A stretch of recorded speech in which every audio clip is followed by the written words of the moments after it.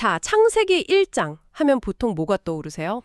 아마 많은 분들이 그 과학이랑 종교 싸우는 거 딱 이렇게 생각하실 텐데 오늘 저희는 티모시 켈러 목사의 설교를 바탕으로 그 생각을 한번 완전히 뒤집어 보려고 합니다. 맞아요. 뭐 6일 창조가 말이 되냐, 진화론이랑 뭐가 맞냐 이런 논쟁이 먼저 떠오르죠. 네, 그렇죠. 그런데 오늘 저희의 미션은 그 논쟁의 장에서 아예 벗어나는 겁니다. 아예 벗어난다. 네. 애초에 이 텍스트가 과학 교과서가 아니었다면 어떨까요? 세상이 어떻게 만들어졌는지에 대한 설명서가 아니라 왜 만들어졌는지에 대한 뭐랄까 한편의 장엄한 노래였다면 말이죠. 노래요? 네. 오늘 저희는 바로 그 관점에서 이 고대 텍스트를 함께 들어보려고 합니다. 노래라는 관점. 시작부터 굉장히 흥미로운데요.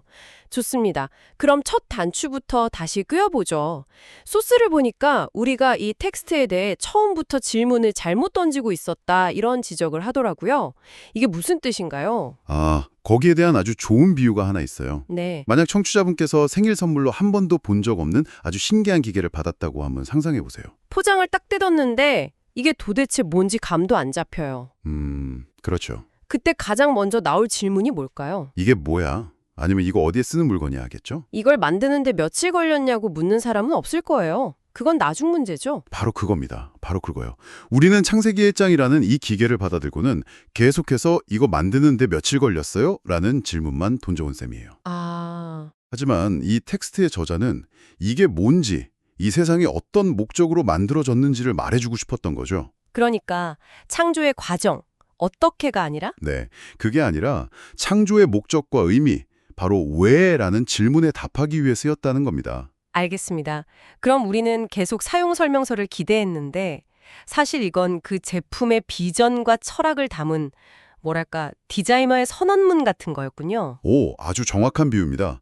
그래서 과학적 정확성을 따지기 시작하면 이 텍스트가 원래 주려고 했던 가장 중요한 메시지를 놓치게 되는 거죠. 바로 그 지점에서 아까 말씀하신 노래라는 개념으로 이어지는 거군요. 맞습니다. 창세기 1장이 딱딱한 역사 보고서가 아니라 시적인 노래라는 주장이요. 사실 텍스트를 보면 저녁이 되고 아침이 되니나 보시기에 좋았더라 같은 구절이 계속 반복되잖아요. 진짜 노래 후렴구처럼요. 네, 맞습니다. 그 반복과 리듬감, 이게 바로 시의 특징이죠. 그런데 이런 구조가 성경의 다른 곳에서도 짝을 이루어 등장한다는 게 아주 흥미로워요. 짝을 이루어서요? 네. 예를 들어 출애굽기 14장에서는 이스라엘 백성이 홍해를 건너는 사건을 아주 담담하게 역사적으로 서술합니다. 네. 그런데 바로 다음 장인 15장으로 넘어가면 미리암이 나와서 그 똑같은 사건을 두고 감격에 차서 내가 여호와를 찬송하리니 하면서 노래를 부르거든요. 그러니까 하나의 사건을 두고 사실을 기록한 보고서 버전이랑 그 의미와 감동을 노래한 노래 버전이 세트로 나오는 거군요. 네, 또 있습니다. 사사기 4장에서는 드보라와 바락 장군이 그 철병거를 가진 시스라의 군대를 물리치는 전투를 서술해요. 네네. 보라가 그 승리를 깨어날지어다 노래할지어다 하면서 다시 한번 노래로 풀어내죠. 사건 서술과 시적인 찬가가 한 쌍인 거예요. 와, 그 설명은 정말 흥미롭네요. 하지만 어떤 사람들은 이렇게 비판할 수도 있을 것 같아요. 에이, 그거 그냥 말이 안 되니까 시라고 둘러대는 거 아니냐 하고요. 그렇죠? 창세기 1장하고 2장의 내용이 조금씩 다르니까 후대에 그 모순을 덮으려고 짜맞춘 해석 아니냐 이런 비판도 있잖아요.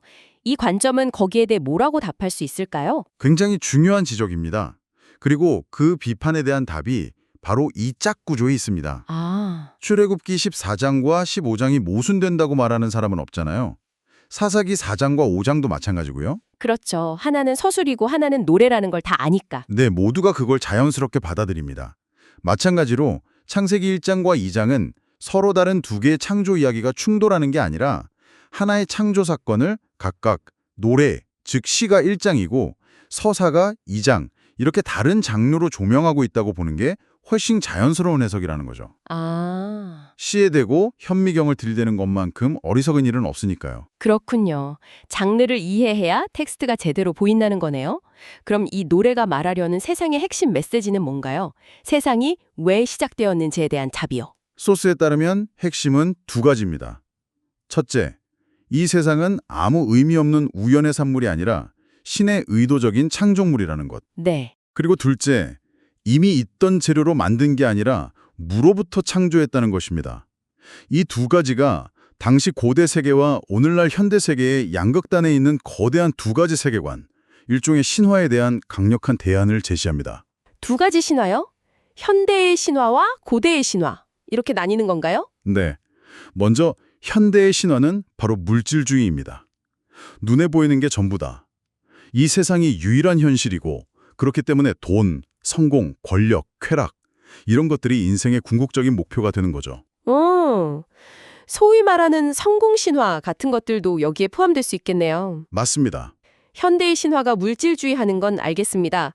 그럼 그 반대편에 있던 고대의 신화는 세상을 어떻게 받기에 이게 대안이 되는 거죠? 고대의 창조 신화들을 보면 대부분 세상이 막 혼돈스러운 상태에서 신들끼리 싸우다가 죽은 신의 시체 같은 걸로 만들어갔다고 묘사를 하거든요. 끔찍하네요. 혹은 이 물질 세계 자체를 영혼의 감옥이나 중요하지 않은 환상으로 여기기도 하고요.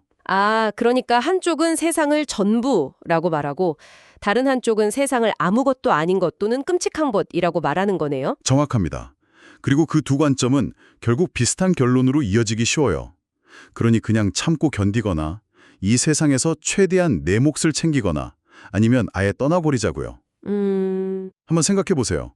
만약 이 세상이 그저 신들의 싸움터에서 나온 찌꺼기이거나 곧 사라질 환상에 불과하다면 굳이 이 세상의 물리법칙을 연구하거나 즉 과학을 하거나 썩어빠진 사회구조를 개선하려고 즉 사회정의를 위해 애쓸 이유가 있을까요? 그러네요. 이 세상은 중요하지 않아. 라는 생각이 과학과 사회 정의에 대한 동기부여를 확 꺾어버릴 수 있겠군요. 바로 그 지점에서 창세기 1장은 완전히 다른 제3의 길을 제시합니다. 제3의 길이요? 네, 이 세상은 신 그 자체는 아니지만 이게 고대 신화를 반박하는 거고요. 신이 물어부터 의도적으로 창조하고 보시기에 좋았다고 선언했기 때문에 이 세상은 실제하고 선하며 무한히 중요하다는 겁니다. 이게 현대 신화를 반박하는 거죠. 세상이 우연이 아니기에 우리는 물질 너머의 의미를 찾을 수 있고 동시에 세상이 환상이 아니기에 이 땅의 문제들을 외면해서는 안 되는 거죠. 아픈 사람을 고치고 가난한 사람을 돕고 부서진 세상을 바로잡으려는 모든 노력이 바로 여기서 엄청난 가치와 의미를 얻게 됩니다. 알겠습니다. 그럼 세상은 우연도 아니고 환상도 아닌 그 자체로 가치 있는 존재라는 것까지는 이해가 됐어요. 그런데 여전히 풀리지 않는 질문이 남습니다. 그래서 왜죠? 그렇죠. 굳이 왜 이 세상을 만드신 걸까요? 이 노래의 클라이맥스는 뭘까요? 그 답을 찾을 수 있는 단서들이 텍스트 안에 숨어 있습니다.